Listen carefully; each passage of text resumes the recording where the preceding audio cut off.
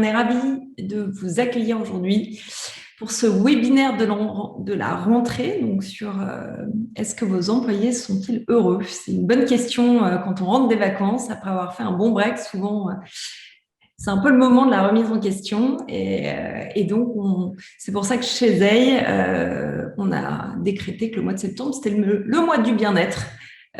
Et donc, on anime pas mal d'ateliers au niveau de l'équipe et on a décidé de lancer ce webinaire sur cette thématique, alors qui est extrêmement large.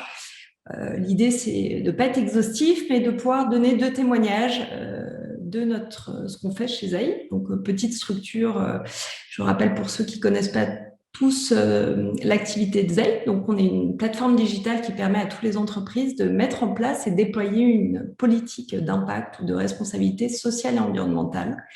Donc, on s'adresse aussi bien à des TPE, PME qu'à des plus grandes structures. Donc, parmi la responsabilité sociale et environnementale, il y a le pilier social, donc il y a la marque employeur, donc forcément, il y a tous les sujets liés à l'épanouissement des collaborateurs et de ce qu'elle est finalement la responsabilité de l'entreprise. J'ai le plaisir d'accueillir à mes côtés Antoine de Make Sense. Je te laisse la parole pour te présenter. Merci beaucoup Anne-Céline. Donc Antoine Ménard, je suis alors DRH et DAF, directeur administratif et financier de Make Sense, qui est une communauté internationale. Alors je dis communauté parce qu'en fait on est un écosystème avec pas mal d'associations et pas mal d'entreprises autour du monde. Donc on a des bureaux au Liban, on a des bureaux au Sénégal et puis pas mal de pays d'Afrique de l'Ouest. On a des bureaux au Mexique, on a des bureaux aussi aux Philippines. Et notre activité, donc on a trois cibles principales. On va accompagner des citoyens pour les aider à s'engager, faire du bénévolat. On va aider des entrepreneurs, alors déjà à imaginer un peu leur idée, et puis après on va avoir plusieurs programmes d'accompagnement qui vont jusqu'à investir des fonds dans leur projet. Et on va aussi accompagner des organisations, des grosses entreprises pour les aider en formation. Notre marque de fabrique, c'est tout ce qui va tourner autour de l'intelligence collective ou la création de communautés. Et on va aller faire profiter des grandes entreprises de cette manière de voir les choses.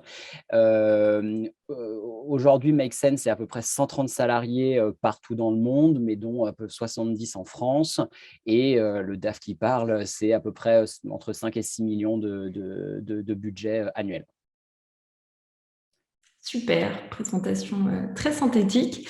Alors, en introduction, je voudrais revenir un peu sur la notion de bonheur. C'est vrai qu'on a vu apparaître un peu dans les médias pas mal d'articles, des différents éléments sur la notion de bonheur.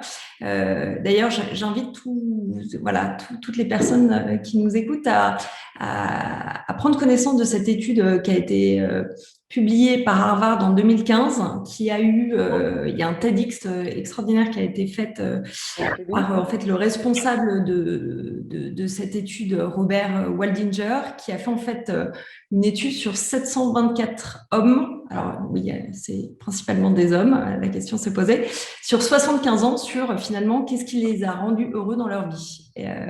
C'est absolument passionnant. En plus, c'est sur la durée, c'est un échantillon qui est extrêmement large pour une étude aussi longue. Et donc, il y a plein de conséquences et de conclusions qui en ont été tirées, mais notamment celle de la nécessité de trouver un sens à sa vie, ce qui nous paraît aujourd'hui pertinent, parce que nous, on travaille tous les deux dans des entreprises extrêmement impliquées où l'impact est au cœur de nos business, et donc on a quelque part déjà fait ce choix-là, mais surtout la nécessité d'avoir des relations sociales qualitatives. C'était vraiment l'élément premier des conclusions de cette étude. Et je trouve que finalement, ces relations sociales, comme on passe beaucoup de temps en entreprise, c'est aussi les relations sociales que l'on crée dans le cadre de l'entreprise. Et donc, la question, c'est est-ce que le bonheur, c'est une fin en soi, quelque part? Est-ce que c'est une quête? Et est-ce que du coup, c'est le rôle de l'entreprise d'en faire une quête? Ou finalement, c'est beaucoup plus une résultante, quelque chose qu'on cultive un peu comme récompense dans des process qu'on va mettre en place et qu'on va vous décrire très simplement dans ce webinaire, permettant aux entreprises, aux collaborateurs justement de de s'y retrouver et d'aller sur cette quête de sens. Le contexte sanitaire a forcément un peu exacerbé cette problématique. Voilà, 2 fois plus de burn-out en un an selon la dernière étude OpinionWay de mai 2021. Donc les chiffres sont là, attestent. Donc finalement, comment, je pense que c'est de la responsabilité de l'entreprise, au moins de se poser la question et de dire mais comment j'adresse ce sujet. Je pense que... Je t'invite à peut-être partager le slide. Alors, bien sûr. Merci. Peut-être une réaction, Antoine, le temps, hop. Oh bah, je vais peut-être un peu divulgacher et je m'en excuse, mais je vais prendre assez rapidement le parti de dire que je pense pas que l'entreprise soit responsable du bonheur de ses salariés.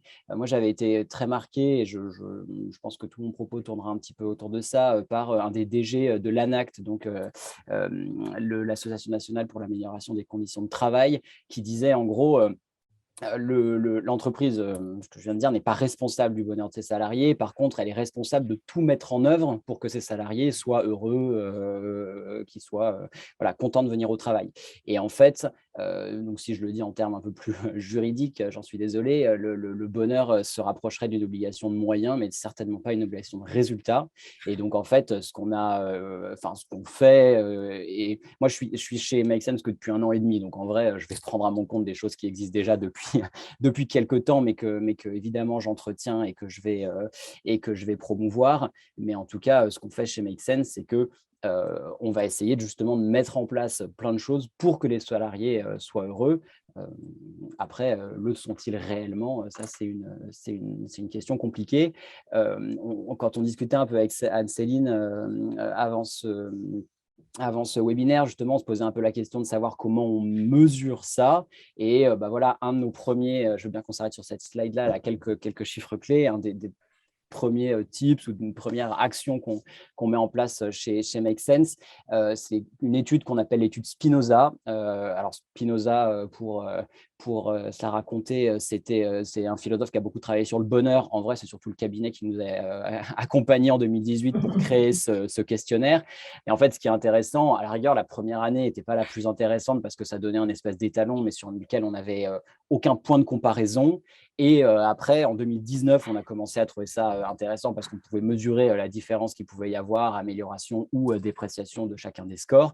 Et 2020, ça a été la troisième occurrence. On est en train d'analyser là les chiffres pour 2021 et notre objectif est continuellement qu'ils progressent. Je précise que les chiffres que vous avez sous les yeux sont évidemment notés sur 10 et que je n'ai pas fait une sélection consciente. Pour l'instant, tous nos indicateurs progressent chaque année et vous voyez qu'il n'y en a aucun qui va être est-ce que vous êtes heureux ou pas, mais plutôt ce que vous avez sous les yeux, est-ce que les processus de décision sont clairs pour moi? Oui, non. Ça, c'est notre et à quel point ils sont clairs pour moi.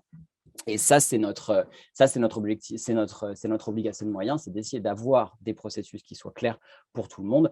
Après, est-ce que ça rend les gens heureux ou pas? Je l'espère, mais je ne peux pas en être absolument certain. Oui, je pense que l'importance de monitorer, alors on voit à travers des études régulières, hein, là c'est donc on a à l'écran les résultats d'une étude de Vistaprint sur le bonheur au travail qui a interrogé donc 500 salariés, toute taille d'entreprise et type de poste confondu, mais je pense que la donnée est importante, le suivi de cette donnée est extrêmement important. Nous, on est convaincus chez Zeil, c'est un peu au cœur de notre business. Et puis, la capacité, ce serait intéressant de savoir, Antoine, est-ce que chaque année, finalement, il y a des éléments qui changent sur peut-être d'autres indicateurs complémentaires qui sont ajoutés au regard peut-être des retours de vos collaborateurs, parce que, encore une fois, on est dans de la co-construction, c'est du social. Donc,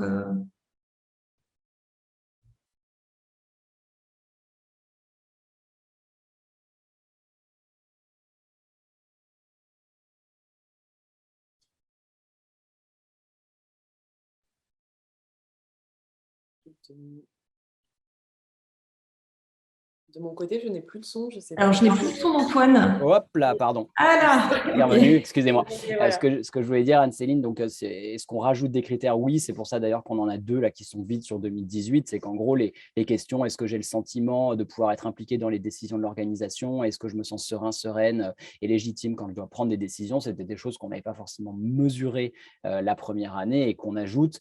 Il y a aussi un deuxième facteur un peu d'ajout, c'est parfois de l'interprétation de certaines questions. Et à la lumière, par exemple, de la crise Covid-19, je me souviens qu'on avait une question sur les moyens mis à disposition pour mon travail et elle était, je pense, un peu théorique et abstraite, et interprétée de telle manière auparavant. Et là, sur l'enquête 2021, on l'a divisée en deux indicateurs, dont un beaucoup plus concret sur est-ce que vous êtes bien installé chez vous pour pouvoir travailler.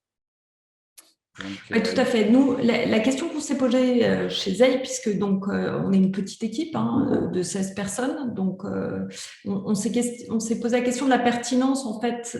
Donc on a lancé notre premier questionnaire cette année en 2021 sur une base assez exhaustive sur effectivement les attentes, tant au niveau salarié que sur le bien-être de façon globale, de savoir si on n'était pas trop jeune en fait. Et est-ce que, à quel moment, finalement, y a-t-il une taille spécifique on peut commencer à collecter ces informations précises?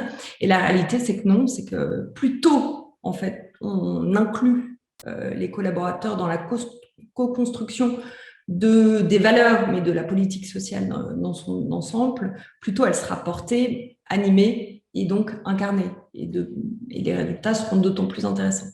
Et j'ajouterais aussi quelque chose pour mesurer un petit peu ça, c'est que nous, dans notre questionnaire, c'est évidemment anonyme et on ne sait pas qui répond quoi, mais par contre, on a des questions un peu de catégorisation et c'est très intéressant, par exemple, pour avoir plutôt l'avis des anciens, plutôt l'avis des plus juniors, plutôt l'avis des middle, d'avoir des questions un peu de catégorisation là-dessus, ce qui nous permet de mesurer d'autres choses aussi, la différence homme-femme, la différence, voilà, plusieurs différences, mais en tout cas, je suis tout à fait d'accord sur le fait qu'il faut mesurer ça le plus tôt possible et puis après voir comment on peut faire suivre ces résultats dans le temps. Et alors, plus concrètement, c'est vrai qu'on se pose la question quand on est manager, et d'ailleurs, peu importe la taille de son équipe, sur ce qui peut influencer. Est-ce que, donc, tu as eu récolté des KPI très précis sur les process et la compréhension de ces process.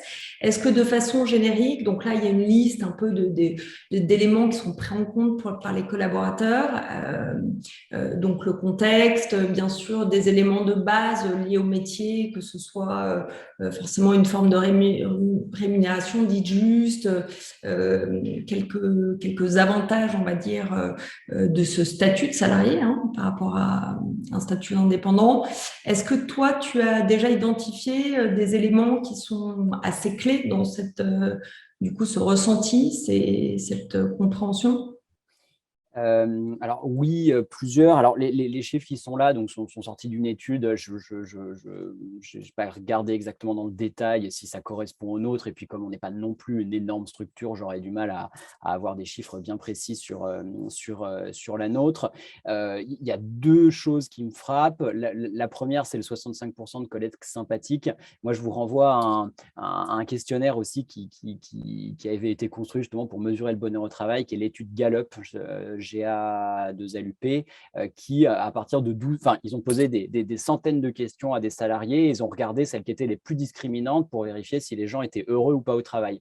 Et alors, la première chose qui est intéressante à mentionner, c'est qu'une des questions les plus discriminantes, c'est est-ce que vous avez un bon ami au travail? Et effectivement, ça corrobore tout à fait ce collègue sympathique. Si on est sûr d'arriver au travail et de voir quelqu'un en qui on compte, quelqu'un qu'on peut considérer comme un ami, alors après, je vous laisse voir quelle définition vous mettez derrière ami, c'est quelque chose d'extrêmement important. Et puis le deuxième chiffre qui me frappe, c'est celui sur le salaire trop faible. Et à nouveau, un peu corroboré par cette étude Gallup, qui, dans les 12 questions, n'en a aucune qui est liée au salaire. Donc, ce qui montre, c'est qu'en gros, le salaire n'est pas un facteur durable, j'insiste sur le mot durable, de bonheur au travail. Il y a pas mal de gens qui vont dire, oui, pour que les salariés soient plus heureux, donnez-leur une augmentation. De mon expérience, c'est un palliatif. En fait, oui, allez, pendant peut-être 2 ou 3 mois, ça peut avoir une petite satisfaction d'un petit peu plus de bonheur, et cetera. Et puis, en fait, on retombe vite dans les travers de non, en fait, structurellement, je ne suis pas heureux dans mon poste, et donc il va falloir mettre en place d'autres choses qui vont venir améliorer le niveau de bonheur. Et ça, je pense qu'on a pas mal d'exemples chez Zei et chez Make Sense de mise en place fructueuse. Oui, tout à fait.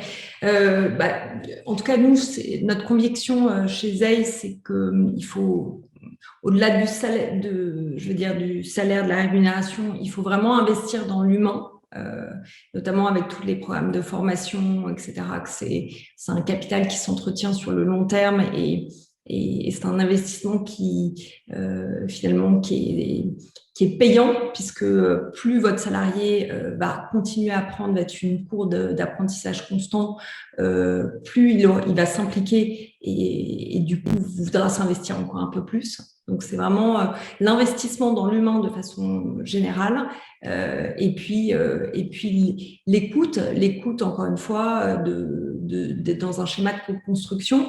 Alors pourquoi? Parce qu'on parle souvent, un employé plus heureux, c'est un employé plus engagé, plus productif, plus présent, plus produit. Donc certes, est-ce que finalement, comme le disent les anglo-saxons, il y a une forme de rentabilité. Moi, je pense qu'il y a une évolution de ça dans les schémas très à l'origine, en fait, de ces réflexions. C'était qu'est-ce qu'on peut demander d'un salarié? C'est quoi X heures par jour en termes de productivité? On était quand même sur des schémas assez binaires, alors qu'aujourd'hui, on est plutôt sur du qualitatif, sur la créativité, sur l'agilité, particulièrement dans un contexte comme aujourd'hui. Est-ce que tu es d'accord avec ce postulat finalement? On n'est pas que sur du volume de travail ou un taux d'absentéisme, mais on est vraiment sur de la qualité du travail. Oui, clairement. Et je vous renvoie à toutes les études de productivité menées au niveau international. Les Français sont, malgré tout ce qu'on dit de clichés sur les Français, sont les salariés les plus productifs du monde. Après, il y a peut-être moyen de l'être encore plus, je ne sais pas. Mais en tout cas, tous les chiffres qui sont là, alors ils sont difficiles à nouveau à mesurer dans une structure aussi petite que la nôtre, mais intuitivement, on les retrouve tous. Moi, je n'ai pas d'arrêt de maladie. J'en ai quelques-uns assez épisodiquement, mais j'en ai rien de très significatif. J'ai un turnover sortant très, très, très, très faible. Au contraire, entrant un peu plus compliqué à gérer parce qu'on accueille toujours plein de monde et c'est super. Mais donc voilà, je ne peux qu'intuitivement être d'accord avec tous les chiffres qui sont là. Et du coup, c'est quand même, je reviens un peu sur ces modèles anglo-saxons, puisqu'en fait, tous ces sujets-là ont été quand même traités, on va dire, un petit peu plus en amont, depuis plus longtemps dans les pays anglo-saxons. On voit qu'en France, on a une conception peut-être un peu plus traditionnelle de ces questions-là, mais on voit que ça change et que finalement, il y a pas mal d'entreprises qui s'inspirent de ces modèles mis en place depuis plusieurs dizaines d'années, notamment dans la Silicon Valley, avec des sociétés comme Alan, par exemple, qui vraiment n'hésitent pas à prôner la transparence des rémunérations, la flexibilité du travail et d'aller assez loin, de promouvoir ce modèle-là, ce modèle vertueux. Je pense que chez vous aussi, et là je pense que c'est peut-être l'occasion, Antoine, que tu rentres un peu plus en détail sur le modèle que vous avez mis en place, ce modèle assez innovant en fait, et qui est propre à vous, parce qu'encore une fois, il n'y a pas de copier-coller, on passe de journée à le répéter à l'ensemble de nos clients. Chaque entreprise, de par sa culture, de par son positionnement géographique, ses aspirations, définit son propre modèle. Oui, c'est clair. Alors, il me faudrait 5 heures de séminaire ou de webinaire pour pouvoir décrire tout ce que je Dans peux les voir de grandes Make lignes. Sense, mais dans les grandes lignes, si je vais un peu vite, je pense qu'on a 4 piliers qui sont extrêmement importants et je vous renvoie à un article qu'a écrit Coralie Godou, qui est une des fondatrices de Make Sense. Vous pouvez trouver la recette de la gouvernance chez Make Sense, quelque chose comme ça. Elle fait une petite recette de cuisine. Et donc, l'idée, c'est qu'elle met 4 ingrédients dans sa recette de cuisine et qu'on vit au jour le jour. Le premier, c'est la confiance. C'est de se dire qu'en fait, on part du principe qu'on a confiance les uns avec les autres. Et à la fois, c'est une vision peut-être un peu naïve, très voltairienne de l'homme, mais en même temps, c'est aussi un aspect peut-être un peu reposant de se dire qu'on n'a pas envie de créer des choses, des process de contrôle qui vont s'adapter aux 5% de gens qui ne méritent pas cette confiance et qui vont peser sur les 95% d'autres qui le méritent totalement. Et donc voilà, chez Make Sense, la première chose qu'on vous dit en arrivant, c'est tu as le droit de te tromper, il n'y a pas de problème, essaye, tente, viens nous en parler. Et je reparlerai des valeurs un peu tout à l'heure de Make Sense, il y en a une qui est centrale là-dessus. Le deuxième pilier, un peu la deuxième ingrédient de la recette Make Sense, c'est des processus. C'est-à-dire que on est assez convaincu que les hommes et les femmes qui constituent Make Sense arrivent, partent, vont vivre des aventures et d'autres, et qu'en fait, les processus, eux, vont rester et apportent de la clarté dans la totalité des décisions. J'en donne un qui est central chez nous, c'est le processus de SDA, donc le processus de sollicitation d'avis. Toutes nos décisions chez Make Sense sont prises par SDA.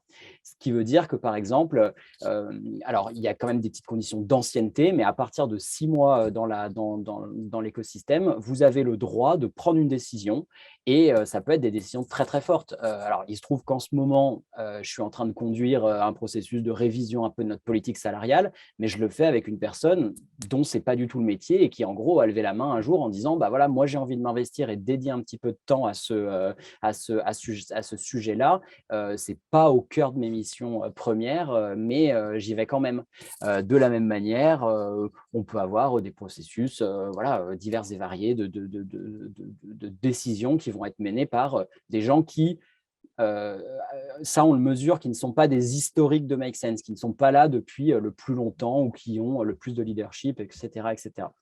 Et la sollicitation d'avis, donc le principe, c'est que je peux prendre n'importe quelle décision du moment que j'ai consulté toutes les personnes qui sont expertes du sujet et qui vont être concernées par ce sujet une fois que la décision sera prise. Et une fois que c'est fait et que j'ai laissé un petit peu de temps, il y a quelques détails que je vais un peu passer, la décision est entérinée et quel que soit mon statut, mon poste, mon nom, etc., je peux prendre cette décision. Donc confiance, processus. Le troisième ingrédient, c'est évidemment de la formation. Ce n'est pas totalement inné ce genre de manière de fonctionner. Et donc, on a tout un processus d'onboarding quand les salariés et les stagiaires arrivent chez Make Sense, où on va leur expliquer justement toutes ces manières de fonctionner et qui est mesurée par ce que je vous montrais tout à l'heure, l'étude Spinoza. Est-ce que tu te sens à l'aise dans la prise de décision, etc. C'est évidemment une résultante de notre niveau de formation. Et puis, le quatrième ingrédient, c'est l'information. En fait, on est convaincu chez Make Sense que être informé, c'est avoir du pouvoir. Et donc, on a une transparence immense sur plein de choses. Moi, en tant que DAF, tous mes budgets sont ouverts. Il y a une transparence totale sur la grille de rémunération. Les entretiens annuels de chacun sont accessibles sur notre réseau partagé. Alors, on fait attention à ne pas basculer non plus dans l'infobésité. Il faut faire attention à ce que les gens n'aient pas trop d'informations pour pouvoir travailler. Mais en tout cas, a priori, il n'y a aucune chaise gardée d'informations qui devrait être utilisée que par une seule personne. Et donc, on fait vraiment très, très attention à ce que cette information soit bien partagée entre tous les salariés stagiaires de Make Sense. C'est un peu nos 4 ingrédients et c'est là-dessus que va s'élaborer justement toute la culture, toute la gouvernance, tout ce qu'on fait aujourd'hui chez Make Sense. Ouais, donc on voit bien que vous avez quand même, au départ, bien remis en cause des postulats parce que la transparence de la grille de rémunération ou des entretiens annuels, c'est quand même pas forcément évident avec une culture franco-française. Et comme tu le disais, je pense que c'est important quand on prend ces décisions-là parce que elles sont juste totalement alignées avec ce qu'est l'entreprise, de sa direction à l'ensemble des collaborateurs. Il faut aussi qu'il y ait les outils, parce que si tu n'as pas accès à l'information, ça ne marche pas, en fait. Donc, Oui. Alors, les valeurs sont aussi importantes que les outils. Ouais, c'est clair. Mais juste une petite précision quand même pour pas décourager tout le monde. On n'a pas commencé comme ça. Make Sense s'est créé en 2011. On a été une structure hiérarchique très classique avec des DG, des présidents d'associations, etc., etc. Et en fait, c'est en 2018, donc il y a 3 ans, qu'on s'est dit ça nous convient pas vraiment de fonctionner comme ça. Et puis en fait, on a envie voilà, d'être inspirant, de tester de nouveaux modèles de gouvernance, etc. Et je vous renvoie aux travaux de Frédéric Laloux, qui a écrit le livre La Reinventing Organizations. En gros, le code, enfin, ou ce qu'on met en place chez Make Sense, c'est open source. C'est tout écrit dans Frédéric Laloux. Après, effectivement, c'est une question de est-ce qu'on a la culture, est-ce que les gens sont OK pour fonctionner comme ça? Et justement, bah, on a lancé une ESDA. Est-ce que vous êtes d'accord pour qu'on teste le modèle? Alors, je ne dis pas du tout que ça a été parfait tout de suite. Il y a eu une V1, une V2, une V3. On est peut-être à la V47 sans s'en être rendu compte. Mais on fait des petits amendements un petit peu tout le temps. Et parfois sur des choses relativement logiques a posteriori, mais qui n'ont pas forcément été pensées parfaitement dès le début. Rome, ce n'est pas construite en un jour. Make Sense encore moins. Et je ne compare pas Make Sense à Rome, mais en tout cas, il y a vraiment, enfin, on a mis vraiment beaucoup de temps à faire fonctionner comme tout ça. Et c'est pour ça aussi que je dis que c'est open source et que je suis ravi d'en discuter. Et en gros, on essaye d'écrire le plus d'articles possible pour essayer de documenter ce qu'on fait. C'est un peu ce que fait Alan aussi, la Maïf dans une autre mesure, etc. C'est qu'en vérité, on n'invente pas tant de choses que ça, mais effectivement, après, il faut avoir les gens pour le mettre en place et la culture pour le mettre en place. Ça, c'est clair que c'est extrêmement important.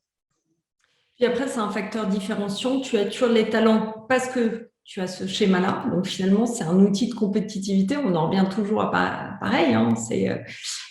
Et Alan le dit très bien, justement. C'est un moyen d'attractivité parmi d'autres. Alors nous, si je parle un peu plus de Zei, brièvement, c'est pareil, c'est une construction. Zei, qu'est-ce que c'est? À l'origine, c'est un groupe d'amis vraiment passionnés par les sujets que sont la transition écologique qui veulent être acteurs de ce changement.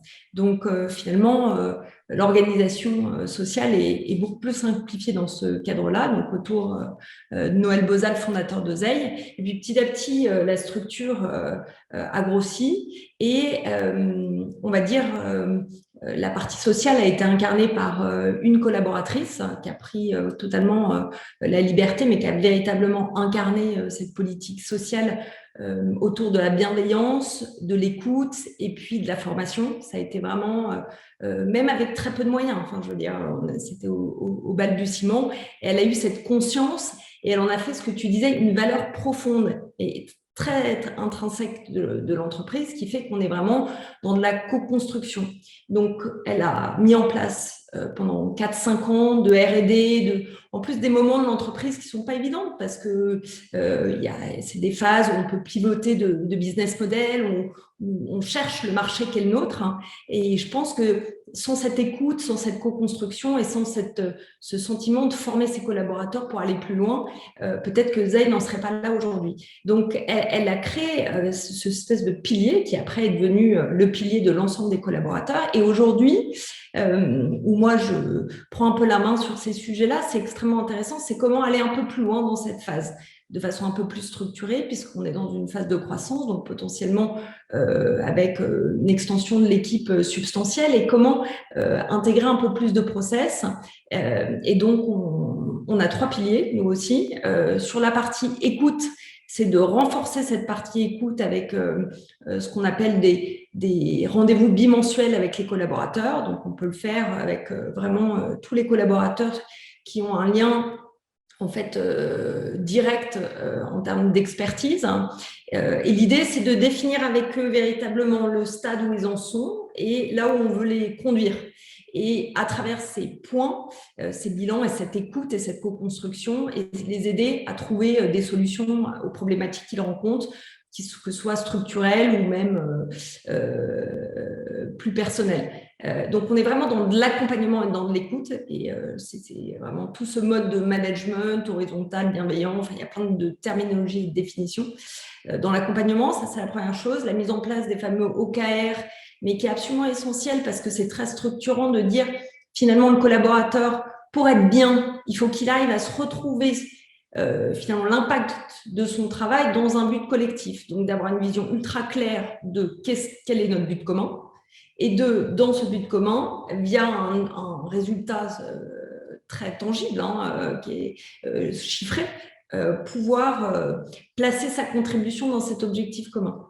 Et donc, effectivement, pas mal d'entreprises ont testé ce modèle-là, mais je trouve intéressant cette vision, encore une fois, de clarté, et puis l'accompagnement des collaborateurs vers plus d'autonomie et de délégation, parce que finalement, un bon manager, s'il peut faire en sorte que toute son équipe soit parfaitement autonome, voilà, quelque part, il a gagné son challenge. En tout cas, c'est comme ça qu'on le perçoit. Et puis, troisième pilier, c'est développer et incarner cette politique sociale dans une logique plus globale, qui est la politique de responsabilité sociale et environnementale. On parle beaucoup d'environnement, effectivement, transition écologique, mais il y a énormément de choses qui se passent sur le social. Il y a beaucoup de fonds qui sont créés sur la thématique sociale, et je pense qu'on n'arrivera pas à avancer sur la thématique de la transition écologique si on ne réduit pas les inégalités sociales. Donc le social va être encore plus au cœur de la société, et donc comment on peut être innovant. Vous vous êtes réinventé en 2018 avec une politique, voilà, finalement en réévaluant tous les éléments. Nous on va être aussi très innovants, et comment sur chaque thématique on peut le prendre en compte. Donc ça c'est important. On parle aussi souvent du cadre de travail. Alors je sais que c'est une thématique, voilà, est-ce que les coworking, le cadre de travail, le chief happiness officer, il y a tout un débat là-dessus, mais je pense que c'est assez intéressant. Vous faites pas mal de choses avec le space chez Make Sense, et j'aimerais bien que tu nous en parles un peu plus.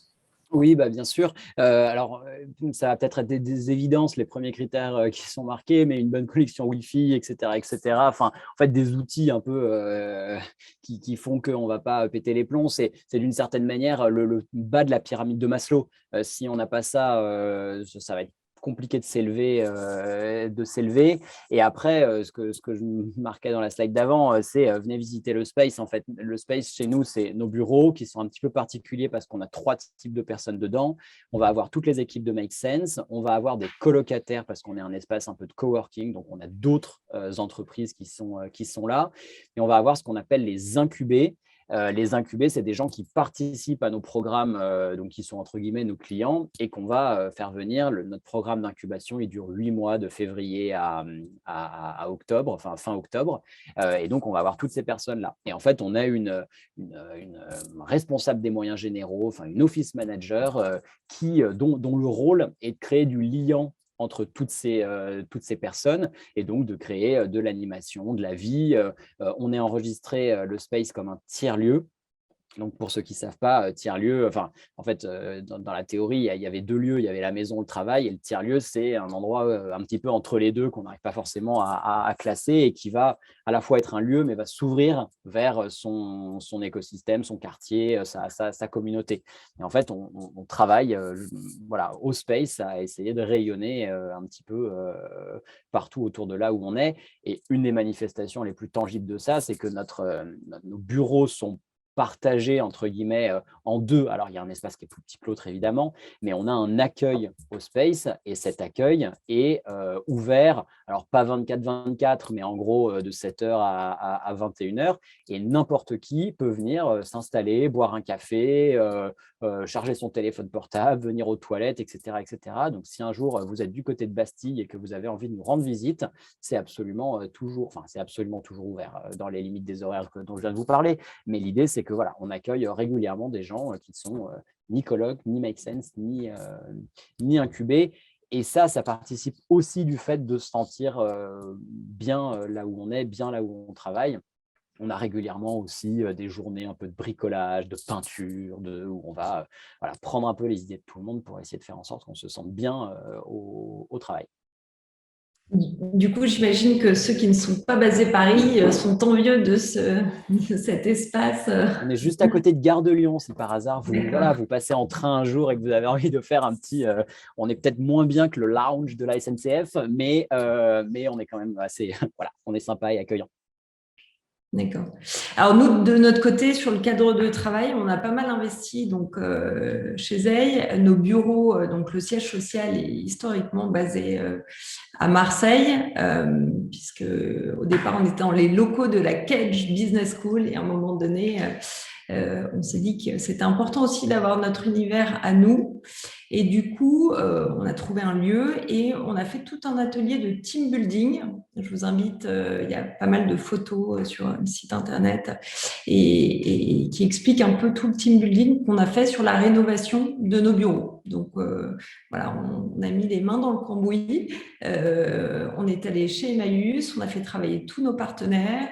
On a pris de la peinture recyclée, enfin toute une liste de prestataires. Et puis pendant plusieurs jours, on a complètement équipé, meublé, décoré les bureaux. Déjà, ça nous ressemble. En plus, c'est un exercice collaboratif hyper intéressant. On met en valeur nos partenaires dans le cadre de cette activité de team building et du coup, surtout les salariés se sentent comme à la maison. Donc, l'effet est d'autant plus important. Et juste, Pour être… ouais, pardon, je me permets parce que je suis tout à fait d'accord avec toi et pour être très trivial, une fois qu'on a percé des trous et vissé 2-3 meubles avec ses collègues, je vous assure qu'il y a des choses qui sont plus acceptables le lendemain au travail. exactement. Non, puis justement, dans la complémentarité des compétences, c'est On a découvert effectivement des gens qui savent faire des choses qu'on n'imaginait absolument pas. exactement. Donc, j'encourage toutes les entreprises à du coup mettre en place des activités comme ça ludiques.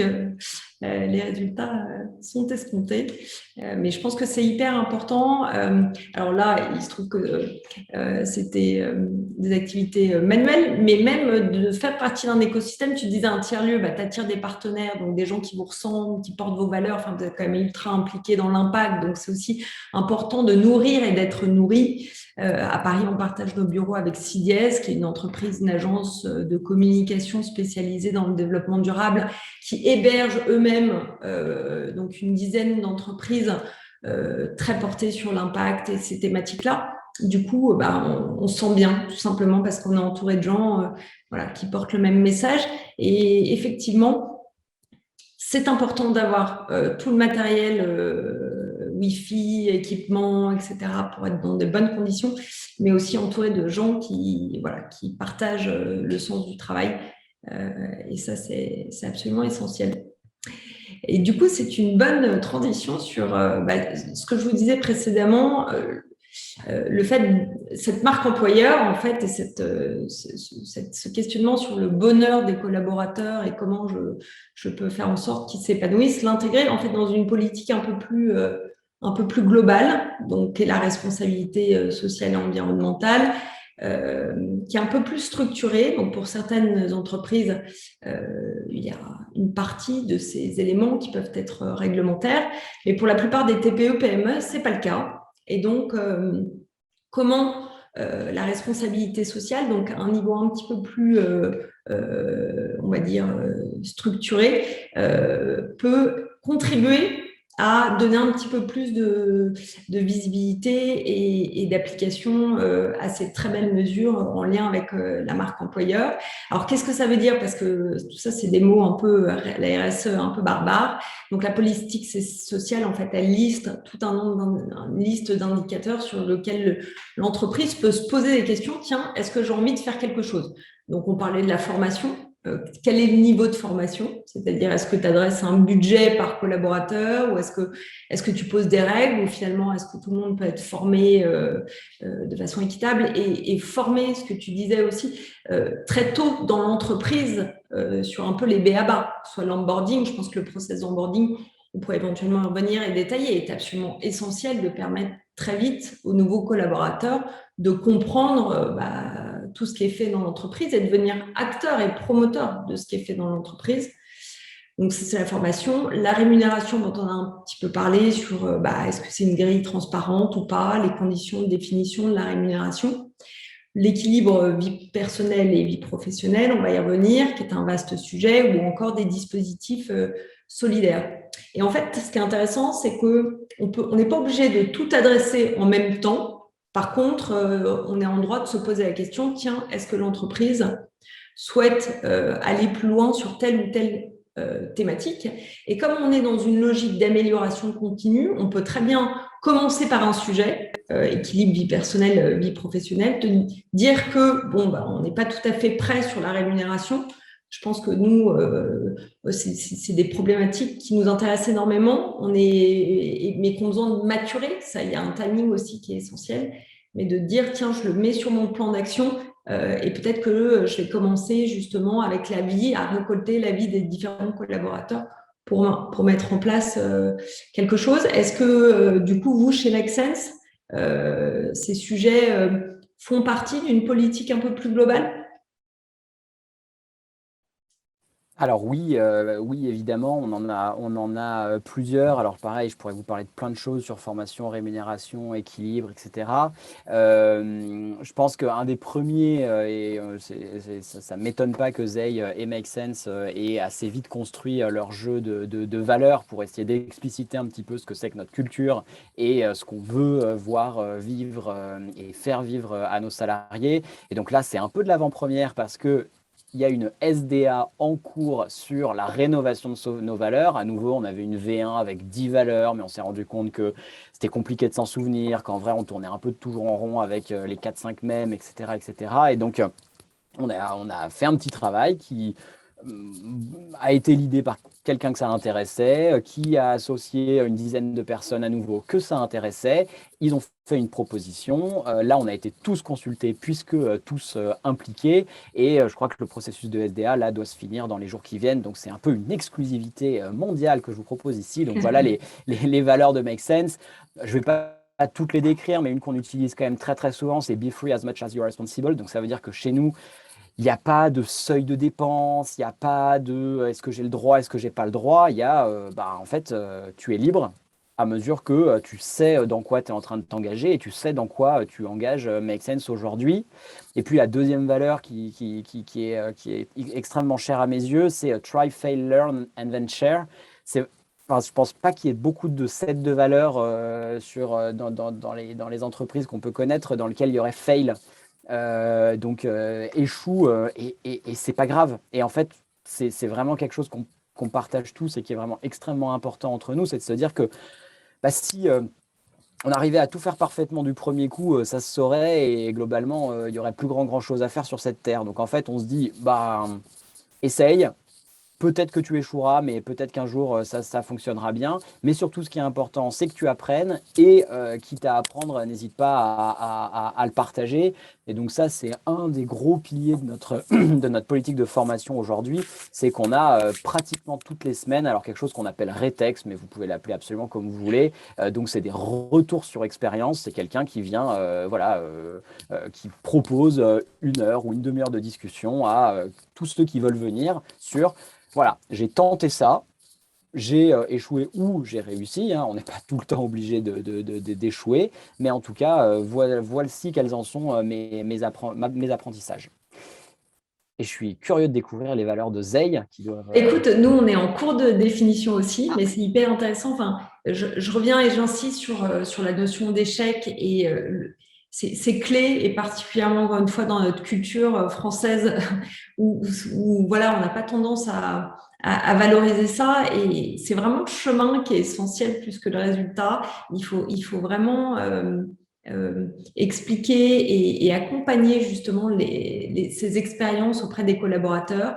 Parce que l'innovation, c'est de la prise d'initiative. La prise d'initiative, c'est de la prise de risque et par définition, il vaut mieux faire que d'être passif et autant il faut apprendre un petit peu forcément des expériences précédentes, mais il faut vraiment oser et c'est extrêmement fort et ça me parle énormément et je vais tout de suite, parce que notre travail est en cours de définition, vraiment proposer ça à l'équipe, de valoriser ça en toutes lettres, parce que je pense que c'est une merveilleuse occasion et d'ouverture d'esprit et de bienveillance dans le parcours d'apprentissage de vos collaborateurs. C'est extrêmement fort et donc nous on a donc ce travail, on l'a fait sur des valeurs beaucoup plus classiques qui ne s'apparaissent pas malheureusement sur ce slide, mais c'est pas grave. On est vraiment sur de l'innovation puisque la plateforme digitale a vocation à disrupter profondément la responsabilité sociale environnementale. Donc comment en permanence, on réinvente donc les techniques, les process, la compréhension et l'accompagnement de ces sujets pour plein d'entreprises avec toutes les spécificités de secteur, de taille, de caractéristiques. Donc, c'est vraiment notre enjeu. La deuxième chose, c'est la bienveillance. Enfin, je pense que j'aurais dû le citer en premier déjà, une forte bienveillance avec la complexité, ce mot bienveillant qui est pas du tout, qui a beaucoup plus de profondeur pour nous que ça peut l'être. C'est véritablement c'est la bienveillance par rapport au progrès des entreprises, c'est d'être toujours dans le positif. Nous, on accompagne vers le progrès, on veut des points d'impact, on est tourné vers le futur. Donc ça, c'est dans notre comportement, la façon d'aborder nos collaborateurs, mais aussi nos clients ou nos partenaires.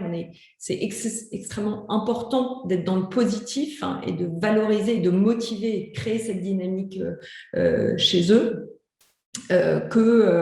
Voilà aussi que la simplicité, bien sûr on a un business économique mais on est là pour apporter quelque chose voilà une contribution forte et mesurable dans le cadre de la transition écologique, donc transparence, bienveillance, innovation, bienveillance et transparence. La transparence c'est la clé, transparence de notre méthodologie sur tous les indicateurs d'impact qu'on propose. La méthodologie pareil, elle est open source.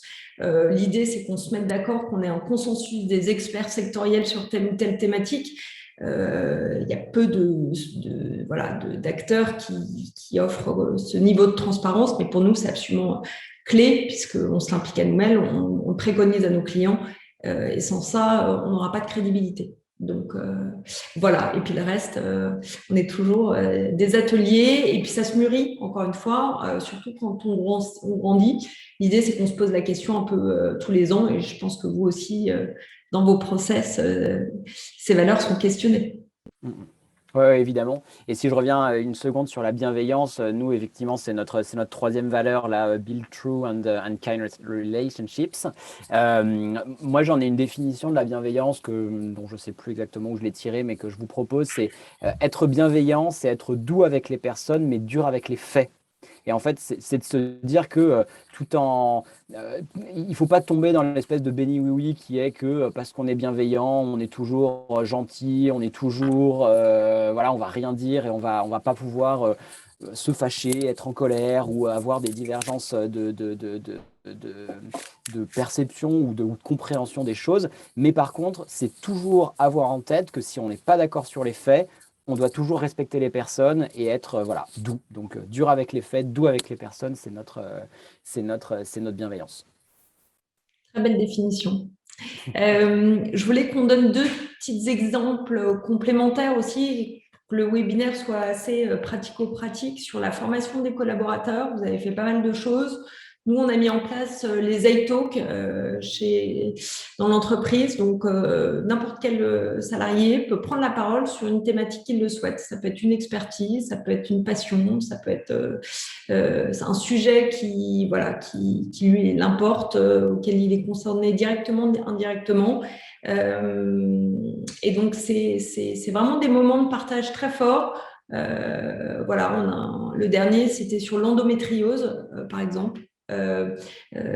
Donc, l'idée, c'est de laisser totale liberté. C'est encore une fois les collaborateurs qui animent et et qui partagent cette expérience.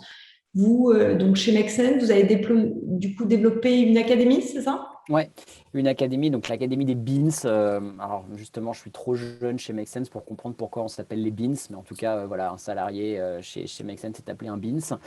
Et donc l'académie des Beans, alors elle va pas aussi loin que Zay, on n'a pas de sujet complètement extra boulot. Ça m'aurait intéressé d'avoir quelques informations sur l'endométriose. Mais par contre, voilà, on a cette académie alors on a plusieurs parcours. On a un parcours mineur, un parcours majeur, un parcours complémentaire et un parcours pour les référent opérationnel, parce que je ne l'ai pas signalé, mais on n'a pas de manager chez Make Sense. Bon, bref, ça peut être l'occasion d'un autre talk ou de questions. Mais en tout cas, voilà, cette académie, elle a plusieurs parcours, beaucoup fondés sur la formation interne, parce que on est assez convaincu que en fait, on a beaucoup de richesses chez Make Sense, avec pas mal de salariés qui connaissent plein de choses, et donc on essaye de les mettre en avant là-dessus.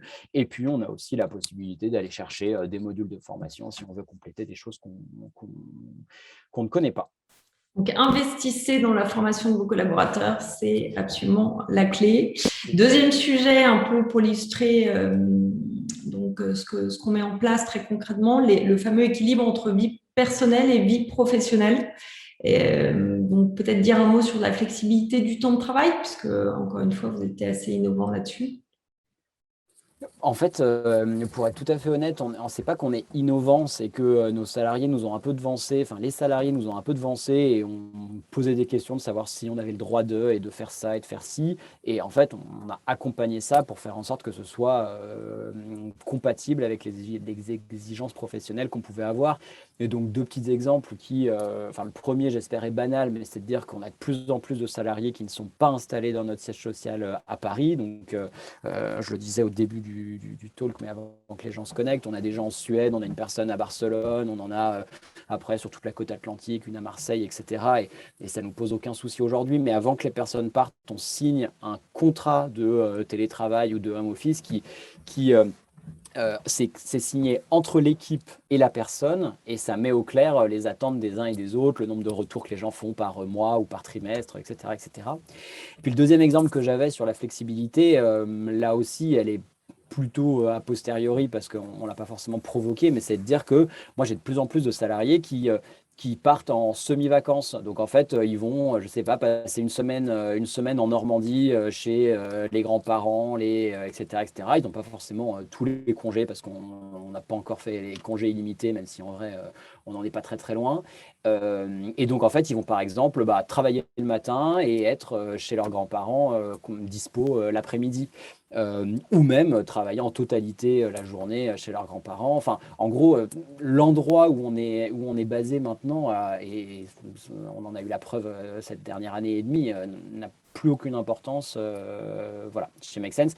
Mais on garde quand même quelques petites exigences il faut qu'on se voit quand même à certains moments pour pas non plus distendre trop le lien social.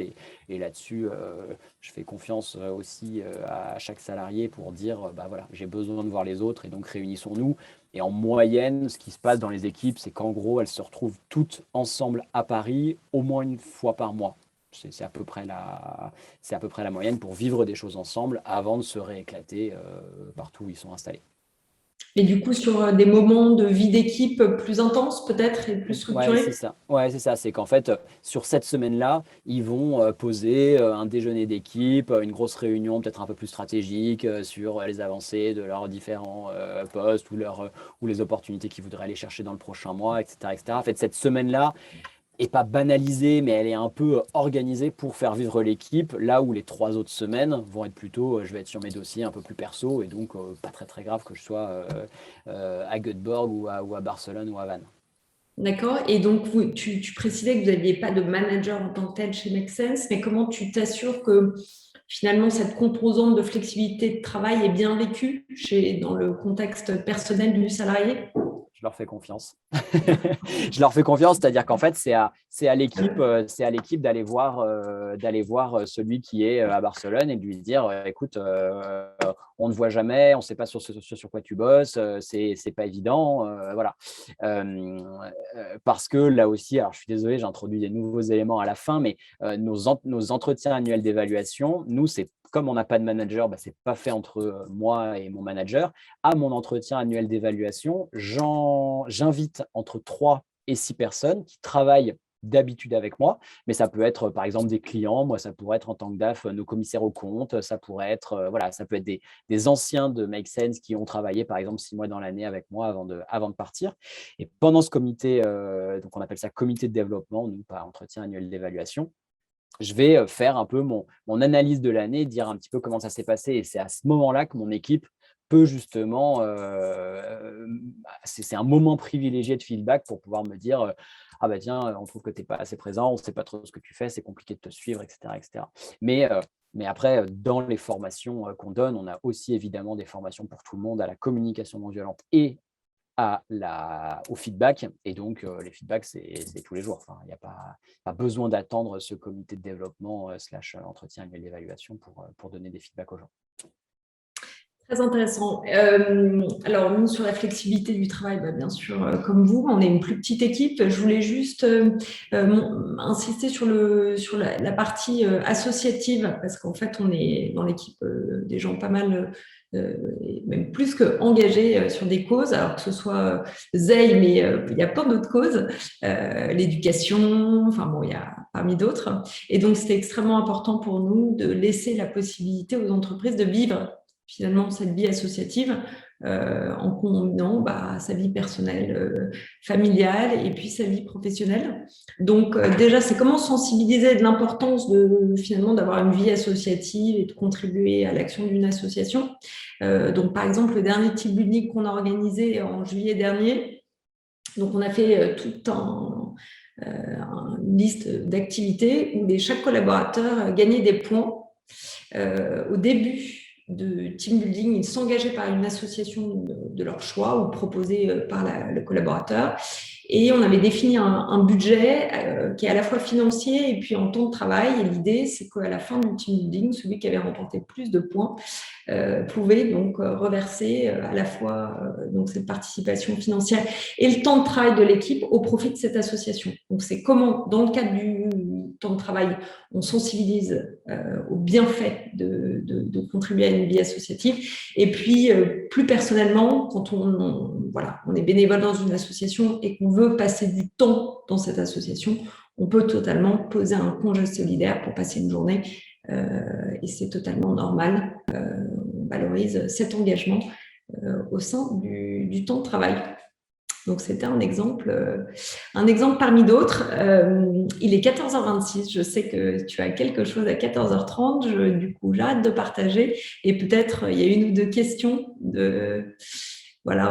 auxquelles on peut répondre, Laure.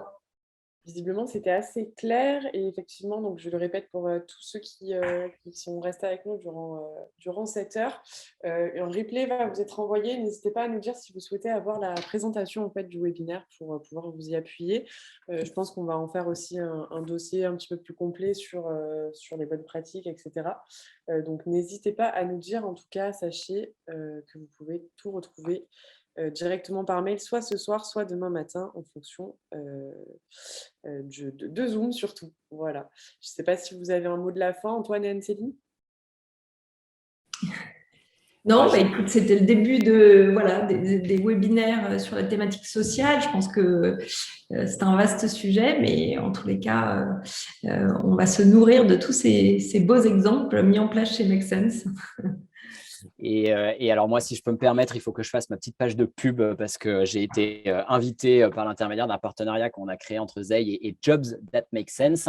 C'est une plateforme d'emploi qu'on est en train de développer chez Make Sense et qui va réunir tous les jobs à impact. Alors avec plein de conceptions de ce mot autour de ça, mais je vous invite à aller voir.